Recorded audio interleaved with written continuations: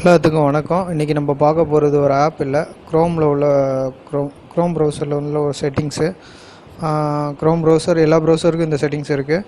அதாவது நீங்கள் ஏதாவது ஒரு வெப்சைட் ஓப்பன் பண்ணி அதை செக் பண்ணிகிட்டு இருக்கும்போது ஹிஸ்ட்ரி கிளியர் ஆகும் பேக்ரவுண்டில். அந்த ஹிஸ்ட்ரியை நீங்கள் கிளியர் பண்ணிட்டா கூட இன்னொரு இடத்துலையும் அந்த ரெக்கார்ட்ஸ் எல்லாம் மெயின்டைன் பண்ணிகிட்ருக்கோம். நீங்கள் எந்த சைட்டு போனீங்க, என்ன பேஜ் ஓப்பன் பண்ணீங்க, அந்த ரெக்கார்ட்ஸ்லாம் வேறு ஒரு இடத்துலையும் மெயின்டைன் பண்ணிகிட்ருக்கோம். அதையும் எப்படி நம்ம கிளியர் பண்ணுறதுங்கிறத இப்போ பார்க்கலாம். நீங்கள் கூகுள் க்ரோம் ஓப்பன் பண்ணிக்கோங்க. இப்போ நான் கூகுள் க்ரோம் ஓப்பன் பண்ணியிருக்கேன். அதுக்கு மேலே இதே மாதிரி கமெண்ட் டைப் பண்ணுங்கள். க்ரோம் :net -internals /dns கொடுத்து கோ கொடுங்க. கோ கொடுத்தீங்கன்னா இந்த மாதிரி ஒரு பேஜ் ஓப்பன் ஆகும்.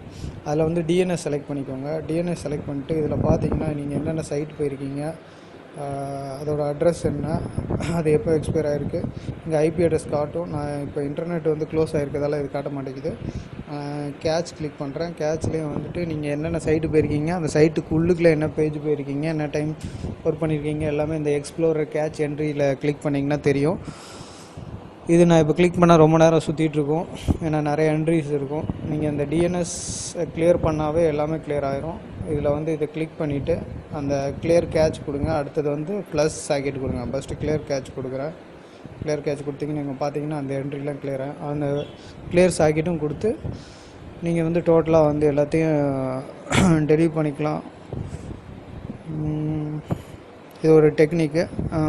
நீங்கள் சப்போஸ் யாரையா வாட்ச் பண்ணால் கூட அந்த ஹிஸ்ட்ரி க்ளீன் பண்ணவங்கள இந்த ரெக்கார்ட்ஸ் மூலமாக வாட்ச் பண்ணிக்கலாம், என்னென்ன சைட் போயிருக்காங்க. நீங்கள் ஏதாவது ஒரு சீக்ரெட்டான ஒர்க் பண்ணுறீங்க, அதை யாரும் வாட்ச் பண்ணக்கூடாதுன்னா இது மூலமாக டெலீட் பண்ணிக்கலாம். இந்த வீடியோ உங்களுக்கு பிடிச்சிருந்தால் லைக் பண்ணுங்கள், ஃப்ரெண்ட்ஸுக்கு கூட ஷேர் பண்ணுங்கள், மறக்காமல் சப்ஸ்கிரைப் பண்ணுங்கள். நன்றி, வணக்கம்.